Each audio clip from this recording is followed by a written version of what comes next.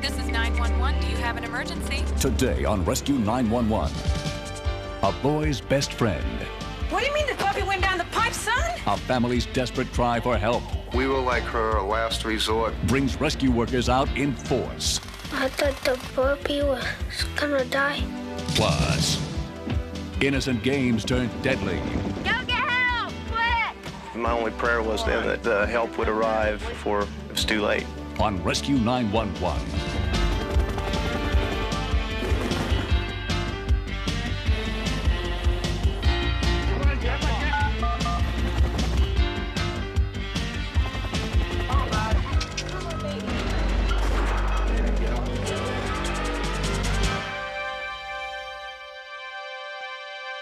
Around 1 p.m. on March 13, 1994, Larry Medina, his wife Betty, and their 3 children were looking forward to spending a quiet afternoon at their new home in Houston, Texas. But their plans suddenly went down the drain when one family member got in trouble over his head. Much of the footage in the story was taped as the events unfolded. Come on now, let's take the puppies out. Sunday at the church, my wife and the children took Precious and the puppies outside to get fresh air. Okay, put the puppies around him. My kids really loved these puppies here. Hey, Mark, you stay out here. We're gonna go change, For okay? having the puppies 2 weeks, they were really attached to them. While the rest of the family went to change out of their church clothes, 7-year-old Mark stayed outside. I was eating the orange and then I threw my peel away.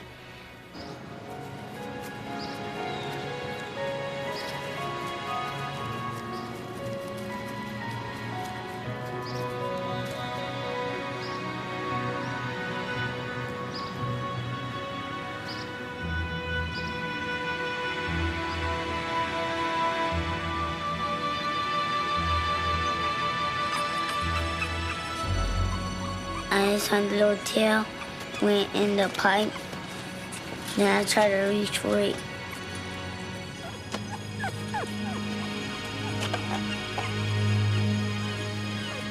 I couldn't feel anything. When we continue, You have a puppy stuck where, ma'am? And I kind of thought it was a joke at first, and I noticed the tone of her voice. She was serious. We were like her last resort. Our puppy fell into this pipe here.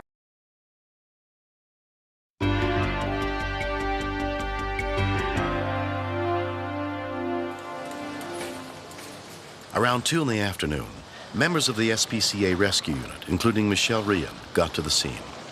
When I arrived, I found Mr. Medina digging up the sewer pipe. Hi, I'm with the SPCA. Hi. Yes, my puppy fell into this pipe here. It sounded like the puppy was really close to where he had fallen into. Dug up, but I don't have the equipment to cut the pipe open. At that time, we thought we would be able to remove the pipe and grab him from there. Did that work okay? Yes, it cut a hole. Okay. So I stick my hand in there and see if I can grab the pup. The thing I was mainly concerned with is you can hear the puppy crying, and it was such an echo that it was really hard to determine how far away the puppy was. When Betty called the city's public works department, they said it sounded like the problem was in a private sewer line. I started looking through the phone book, and I happened to pass something that said rescue. And I said, oh my God, this is it. Good evening, Rescue Router Ronnie speaking. How may I help you? Plumber Ronnie Lozzie took the call.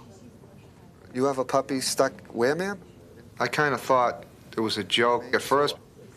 Uh-huh. Can I get some information from you, ma'am? What is your name? I noticed the tone of her voice. She was serious.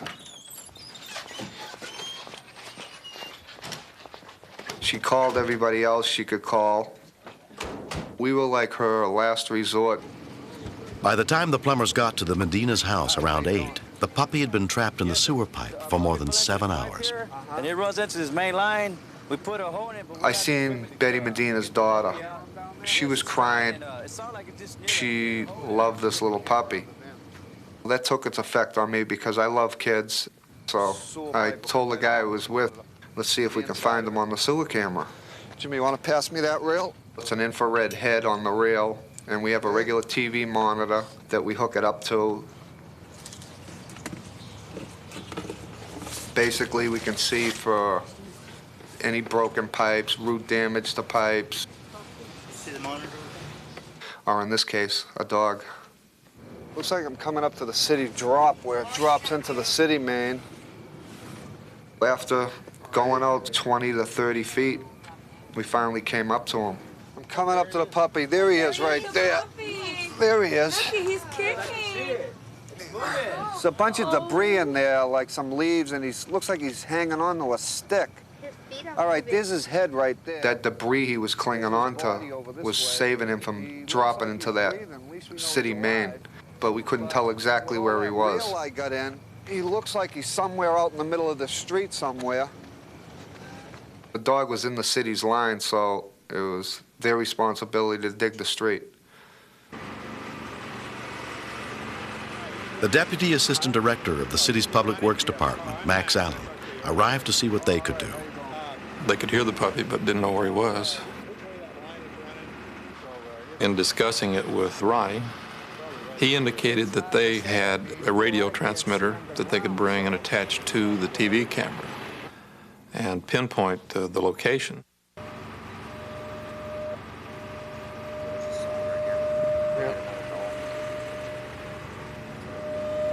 It indicated that the transmitter was about 8 feet below the surface of the street. Everybody should be right here. So the first thing to do was get the pavement and the concrete up so that the backhoe could start digging.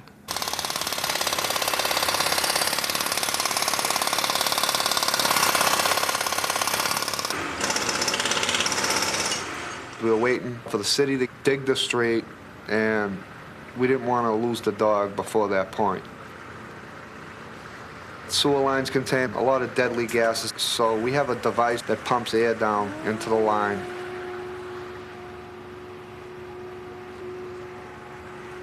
People might think that because they're dogs, they don't know anything, but Precious sat on the porch, and she just sat there, and she wouldn't move, she wouldn't play with the other puppies. She just sat there, just waiting. She knew that there was one of her puppies missing.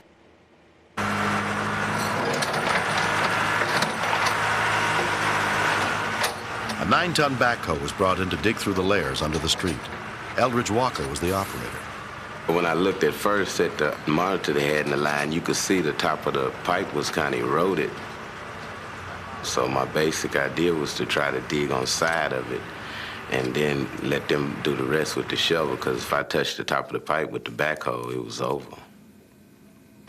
He's been in there about 14 hours now. If you notice, this is his head right here. There's a piece of wood right here. And he's hungry because he's a 2-week-old puppy. He's eating the wood down there, trying to get some nourishment out of the wood.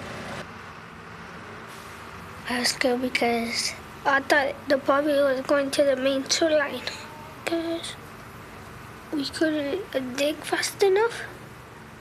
I thought the puppy was gonna die, and I gave up. But I learned that never give up.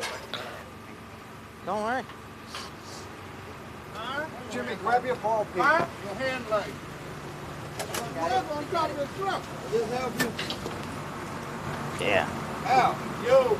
Yeah, look at that. Can you see with that light? You got him? All right, bring him over up. Yeah, we got him at ease. All right. Bring him over up. Good job. Thanks. Dry him out. Around 5:45 in the morning, 17 hours after the puppy fell into the sewer pipe, he was finally free. I stretched my hands out, and I said, oh. And I hugged, and I looked at him, and I just started crying. Betty, put some in that cup right there and let him drink out of the cup. The lady, she was so happy, I was happy. You only get so many chances in life to do something real good for someone else. It made me feel good. Go give us a bill. Look out, here comes Mom. It was a long night, but everything turned out the way I wanted it and the way everybody else wanted it to.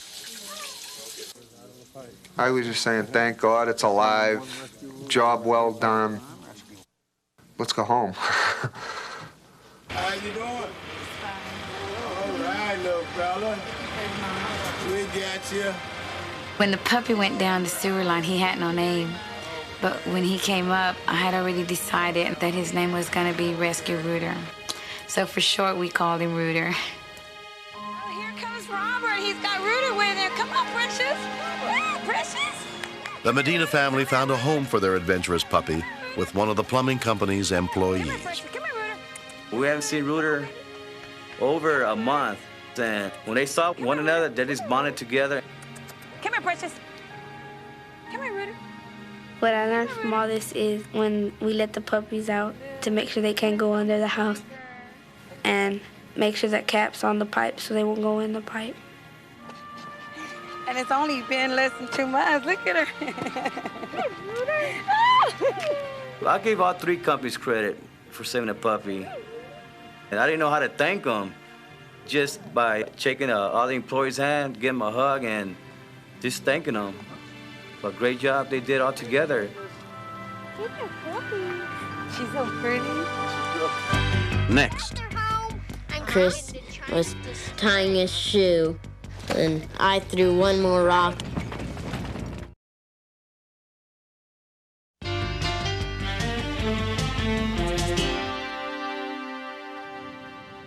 On September 25th, 1993, while his wife was in town, Ron Albers was looking after their 3 children, including 10-year-old Chris and his younger sister Jessica, on their 700-acre farm in St. Leo, Kansas. We asked Chris's dad if we could go down to the sand pit, and he said, all right, as long as the bulls aren't close. Check back. We didn't really think anybody could get injured. 9-year-old Kevin Ford and his younger brother lived near the Albers.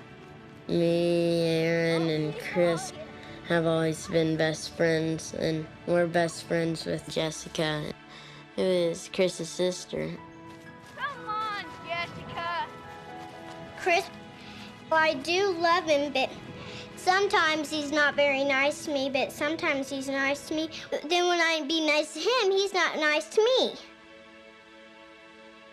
There, I'm going here. Once we got there, we tried to shoot a little avalanche down, but we never could get a big one, so we decided we were going to throw rocks under it. There goes one boulder. I've got the biggest one so far.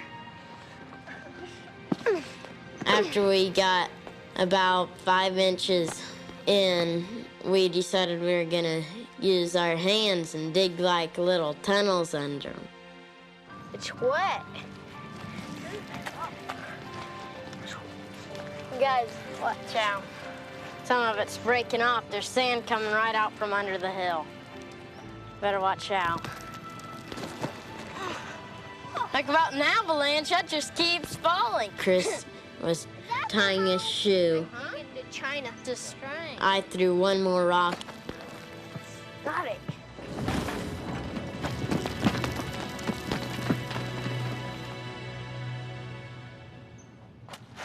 Only his legs were sticking out. Run! Go get help! Quick! I was just trying to get Chris out, screaming at him and stuff. But the boulders weighed so much, I could not even get to his back. I was just thinking about that. He wouldn't make it.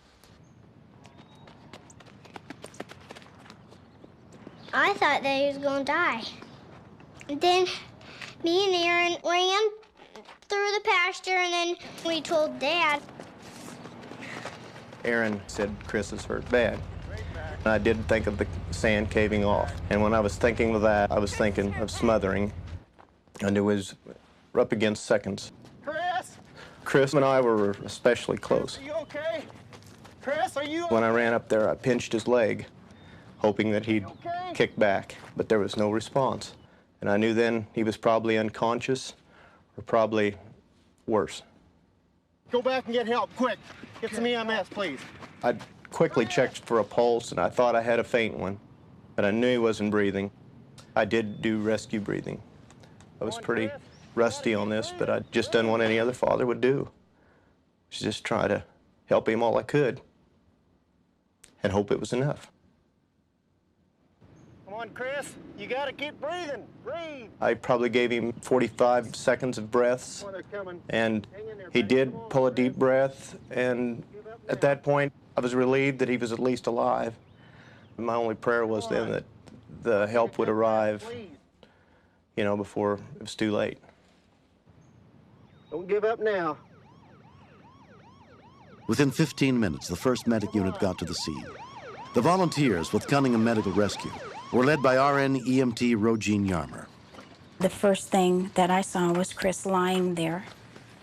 He had a laceration in the back of his head. He was not breathing sufficiently. It was obvious that he had been deprived of oxygen for several minutes. They come back and got me, and I got him as quick as I could. A major concern to me was, had it been too long? We got good help here for you, Betty. A Kingman EMS Advanced Life Support unit arrived soon after, including paramedic Ira Hart. A submersion is a submersion. It doesn't matter whether it's sand or chocolate pudding. Now we bagged him for several minutes and his color improved. Everybody was a little nervous about the whole deal because children, they're just different. We don't do a lot of them, so that increases our anxiety factor. He's starting to respond to us a little more. EMT Monty Rose was a family friend. I just kind of had a bad feeling of, what if this child dies? I was a little bit pessimistic, I guess, in thinking of possibly having to go to the funeral of Chris. At that point, Chris's condition took a turn for the worse. He began posturing, which was indicative of head injury. So I was extremely worried about Chris. 10-year-old Chris Albers was taken by LifeWatch helicopter to Wesley Medical Center in Wichita. Pediatric intensive care specialist Curtis Pickard took over his care. This was more than just a simple bump on the head. There was a period of time when I know he did not have adequate oxygen.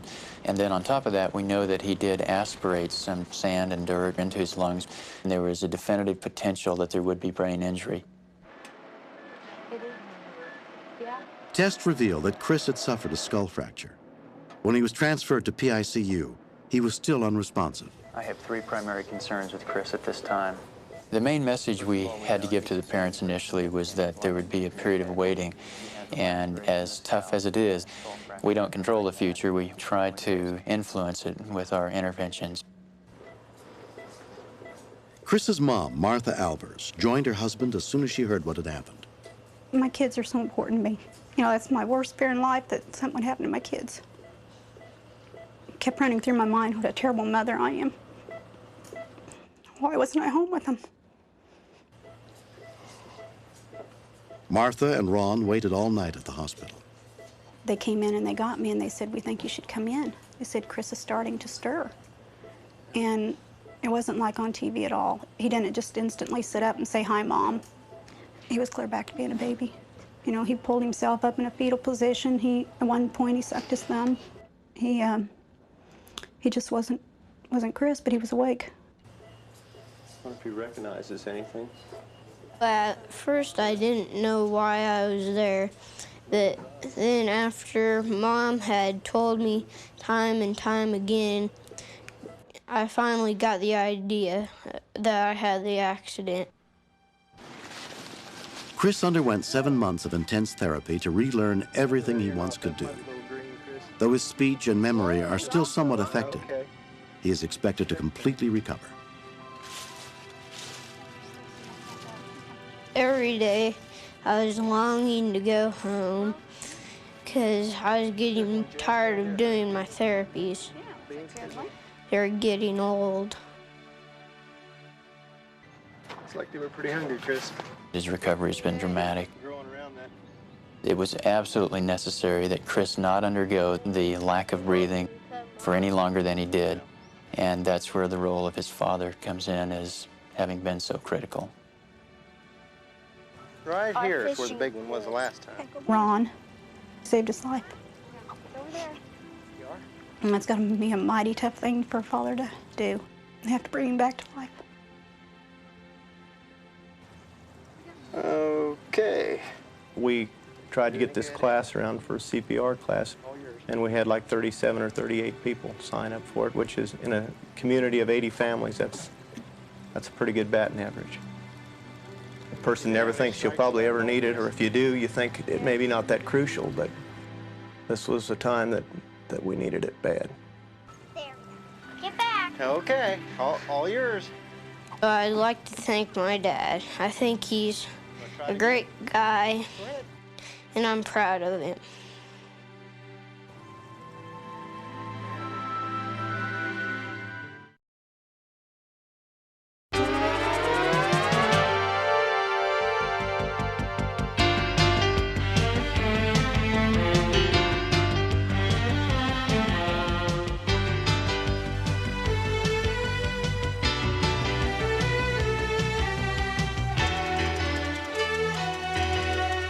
Mr. Shapiro, step out of the car, please.